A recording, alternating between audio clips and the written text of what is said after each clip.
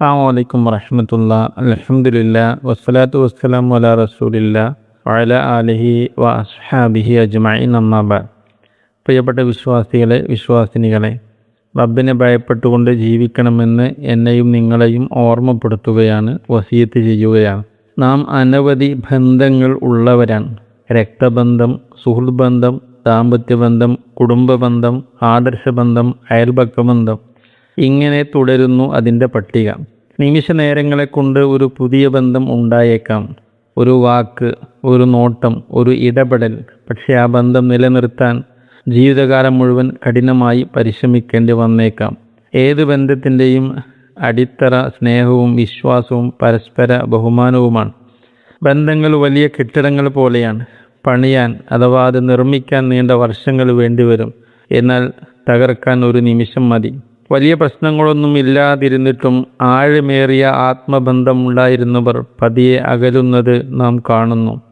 പിന്നീട് വിളക്കിച്ചേർക്കാൻ കഴിയാത്ത വിധം അകലം പാലിക്കുന്നു. സ്നേഹബന്ധങ്ങളെ തകർക്കുന്ന 3 കാര്യങ്ങളാണ് ശ്രദ്ധയിൽപ്പെടുത്താൻ ആഗ്രഹിക്കുന്നത്. ബന്ധങ്ങൾ തകരാതിരിക്കാൻ കരുതലോടുകൂടി ജീവിക്കണം. ഒന്നാമത്തെ കാര്യം കസറത്തുൽ ഇതാബ്, അമിതമായ കുറ്റപ്പെടുത്തലും ആക്ഷേപിക്കലുമാണ്. ന്യൂനതകളില്ലാത്തവർ ആരുമില്ല, പ്രവാചകന്മാരൊഴികെ. ഏതൊരു വ്യക്തിയിലും നന്മയും തിന്മയും ഉണ്ടാകും. ഒരു വ്യക്തിയുടെ ഓരോ ചെറിയ ന്യൂനതയും എടുത്തു പറഞ്ഞ് അത് എടുത്തു കാണിച്ച് നിരന്തരം കുറ്റപ്പെടുത്തുന്നത് ബന്ധങ്ങളിൽ അകൽച്ചയും വിരോധവും ഉണ്ടാക്കും. തെറ്റ് ഗുണകാംക്ഷയോടെ മാന്യമായി തിരുത്തുകയാണ് വേണ്ടത്. വഖൂലു ലിന്നാസി ഹുസ്ന, ജനങ്ങളോട് നല്ല വാക്കുകൾ സംസാരിക്കുക. പരിഹസിക്കുകയും കുറ്റപ്പെടുത്തുകയും ചെയ്യരുതെന്ന് 49-ാം അധ്യായം 11-ാമത്തെ ആയത്തിലും അല്ലാഹു പറയുന്നുണ്ട്.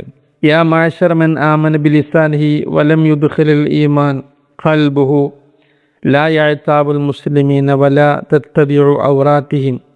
അബൂ ദാവൂദ് ഉദ്ധരിക്കുന്ന ഹദീസിൽ വളരെ കൃത്യമായി ഈമാൻ ഹൃദയത്തിൽ ഇറങ്ങിച്ചെല്ലാത്ത ആളുകളെ വിശദീകരിച്ചുകൊണ്ട് പറയുമ്പോൾ എടുത്തു പറയുന്ന പ്രധാനപ്പെട്ട സംഗതി വലാ തത്തബിഉ ഔറാത്തിഹിം, വിശ്വാസികളുടെ അഥവാ മുസ്ലിങ്ങളുടെ ഔറത്തുകളെ പിന്തുടരരുത് എന്ന് പ്രത്യേകമായ നിർദ്ദേശം കാണാൻ പറ്റും. നബി സല്ലല്ലാഹു അലൈഹി വസല്ലമ കുറ്റപ്പെടുത്തുന്നതിന് പകരം തിരുത്തുകയായിരുന്നു ചെയ്തിരുന്നത്. തിരുത്തുന്നത് തെറ്റല്ല, പക്ഷേ ഒരാളെ നിരന്തരം കുറ്റപ്പെടുത്തുകയും അപമാനിക്കുകയും ചെയ്യുന്നത് തെറ്റാണ്. ഇസ്ലാമിക രീതി തെറ്റുകണ്ടാൽ ഗുണകാംക്ഷയോടുകൂടി ഉപദേശിക്കുകയും മാന്യമായി തിരുത്തുകയും അപമാനിക്കാതിരിക്കുകയും ചെയ്യുക എന്നതാണ്. ബന്ധങ്ങൾ തകർക്കുന്ന രണ്ടാമത്തെ കാര്യം കസറത്തുൽ കദിബ്, അമിതമായ കളവ് പറയലാണ്. കളവ് പറയൽ വിശ്വാസത്തെ തകർക്കും. പരസ്പര ബന്ധത്തിൻ്റെ അടിസ്ഥാനം വിശ്വാസമാണ്. ഒരാൾ നിരന്തരം കള്ളം പറയുമ്പോൾ പിന്നീട് അയാൾ പറയുന്ന സത്യവും മറ്റുള്ളവർ സംശയിച്ച് തുടങ്ങും. കളവ് പറയുന്നതിൻ്റെ അപകടങ്ങൾ നിരവധി ഇസ്ലാമിക പാഠങ്ങളിൽ നമുക്ക് കാണാൻ കഴിയും. കളവ് ഒരു വാക്കു മാത്രമല്ല, മറിച്ച് അതൊരു വിശ്വാസത്തെ തകർക്കുന്ന പ്രവൃത്തി കൂടിയാണ്. അതുകൊണ്ട് ബന്ധങ്ങൾ തകരാതിരിക്കാൻ സത്യസന്ധത അനിവാര്യമാണ്. മൂന്നാമത്തെ കാര്യം ഖില്ലത്തുൽ ഇഹ്തിമാം വൽ ഇഹ്തിറാം, ശ്രദ്ധയും ബഹുമാനവും കുറയുക എന്നതാണ്.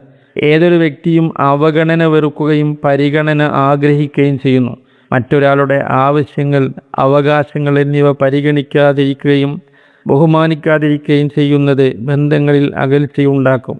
ചെറിയ കുട്ടികൾ മുതൽ വയോവൃദ്ധരായ ആളുകൾ വരെ ശ്രദ്ധയും പരിഗണനയും ആഗ്രഹിക്കുന്നുണ്ട്.